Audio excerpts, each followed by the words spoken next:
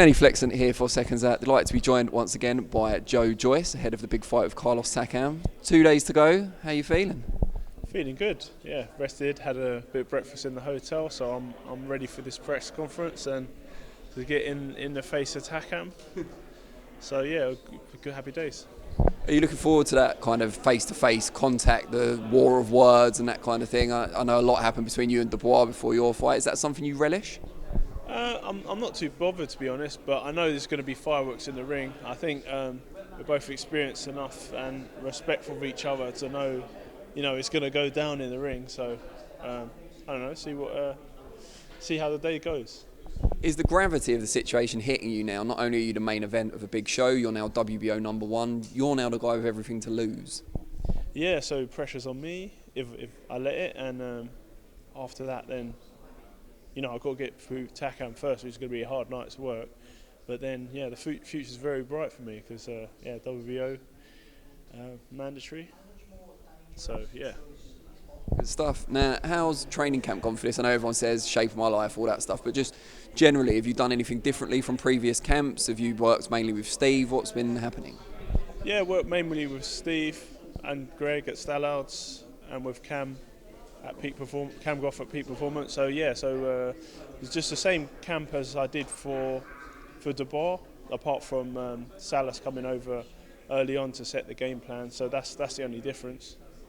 What is the situation with Salas now? Are you guys still going to be working together? Is it just problems him coming over, or are you now moved on and working predominantly with Steve?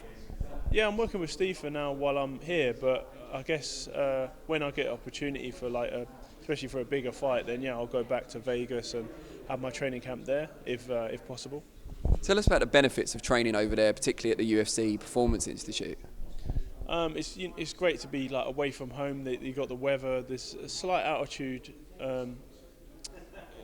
difference in Vegas, especially for them runs in the mountains and that Red Rock, and the UFC facility has got everything you want to.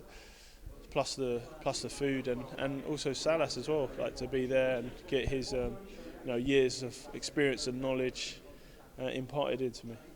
You've obviously sparred with Francis Ngannou. I don't know if you saw the comments in the build-up from Carlos Takam. It was actually an interview I did with him on Zoom.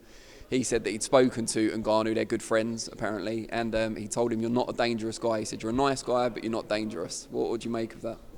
Well, you can make of that what you will. Maybe he's making sure he turns up to the fight, and I'm sure he will. But I guess I wasn't taking the piss with Ngannou. He's from UFC, so it's a different discipline. But he's maybe I'm not dangerous. I don't fight dirty as maybe Takam does with his head. But I don't know. Hey ho. Do you regret that now? Should you have opened up a bit more on Ngannou, taught him a bit of respect? Well, I mean, you could do it again. But no, it was great sparring. I like Ngannou. You see him around the UFC facility and that, and you got respect. Maybe that could be a future fight, maybe down the line. Have you got interest in that sort of thing? Not him specifically, but crossover fights and that kind of thing. I know your eyes are firmly on that world title, but it seems to be a bit of a trend at the moment. Yeah, possibly when I've done what I can in boxing, I might consider it. Yeah. Would you, because most boxers want to fight different combat sports professionals but on their own turf, you've got a bit of experience in other combat sports yourself, so would you consider going into the octagon or any other kind of combat sport? I think it's too much hard work. Boxing's hard enough. It's simple because you're just using your hands, but it's a lot of complication and finesse to it and science. So, but UFC, you got to train. Your groundwork, your grappling, your wrestling, and your jiu-jitsu. Obviously, stand-up game like Thai boxing, kickboxing, and boxing obviously helps. And the submissions and I forget if I missed anything. Yeah, there's all the ground and pound. You've got your elbows, your knees, and everything. Submissions kind of covers that. Yeah. So it's a lot that you have to train for. But them guys, respect to them because they're some specimens. They have to train everything, so it's a hard game. But I guess my stand-up game's good. I can kick, I can punch. I did a bit of rugby, so I'm halfway there. Now, before we let you go, just give us your prediction for Saturday night. Obviously, you're going to predict yourself to win, but how's it going to happen? however it goes, I'm going to work him out the first couple of rounds and then start.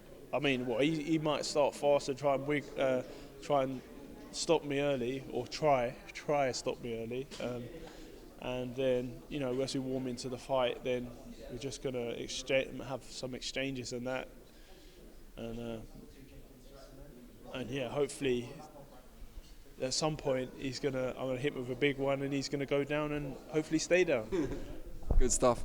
Really, best of luck and look forward to watching the fight.